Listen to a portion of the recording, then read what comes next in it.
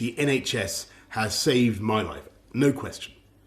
It's hard to find words to express my debt, but before I come to that, I want to thank everyone in the entire UK for the effort and the sacrifice you have made and are making. When the sun is out and the kids are at home, when the whole natural world seems at its loveliest and the outdoors is so inviting, I can only imagine how tough it has been to follow the rules on social distancing. I thank you because so many millions and millions of people across this country have been doing the right thing.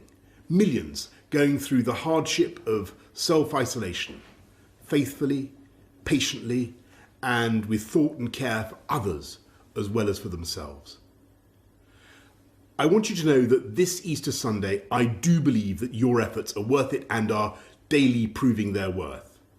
Because although we mourn every day those who are taken from us in such numbers, and though the struggle is by no means over, we are now making progress in this incredible national battle against coronavirus.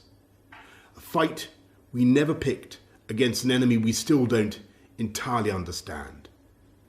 We're making progress in this national battle because the British public formed a human shield around this country's greatest national asset, our National Health Service.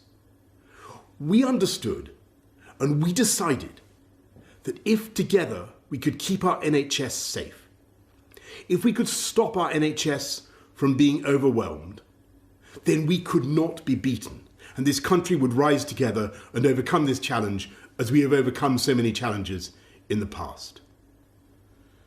In the last 7 days, I have, of course, seen the pressure that the NHS is under. I've seen the personal courage, not just of the doctors and nurses, but of everyone, the cleaners, the cooks, the healthcare workers of every description, physios, radiographers, pharmacists, who've kept coming to work, kept putting themselves in harm's way, kept risking this deadly virus. It is thanks to that courage, that devotion, that duty, and that love that our NHS has been unbeatable. I want to pay my own thanks to the utterly brilliant doctors, leaders in their fields, men and women, but several of them for some reason called Nick, who took some crucial decisions a few days ago, for which I will be grateful for the rest of my life. I want to thank the many nurses, men and women, whose care has been so astonishing. I'm going to forget some names, so please forgive me, but I want to thank Poling and Shannon and Emily and Angel and Connie and Becky and Rachel and Nikki and Anne. And I hope they won't mind if I mention in particular 2 nurses who stood by my bedside for 48 hours when things could have gone either way. They're Jenny from New Zealand, in Invercargill on the South Island to be exact, and Luis from Portugal near Porto. And the reason in the end my body did start to get enough oxygen was because for every second of the night, they were watching and they were thinking and they were caring and making the interventions I needed.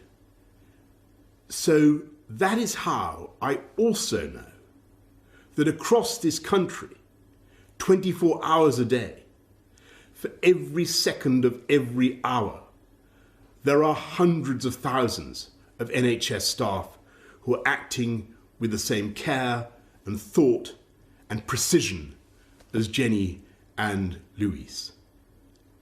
That is why we will defeat this coronavirus and defeat it together. We will win because our NHS is the beating heart of this country. It is the best of this country. It is unconquerable. It is powered by love.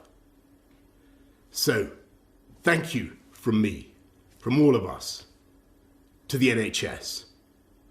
And let's remember to follow the rules on social distancing, stay at home, protect our NHS and save lives. Thank you and happy Easter.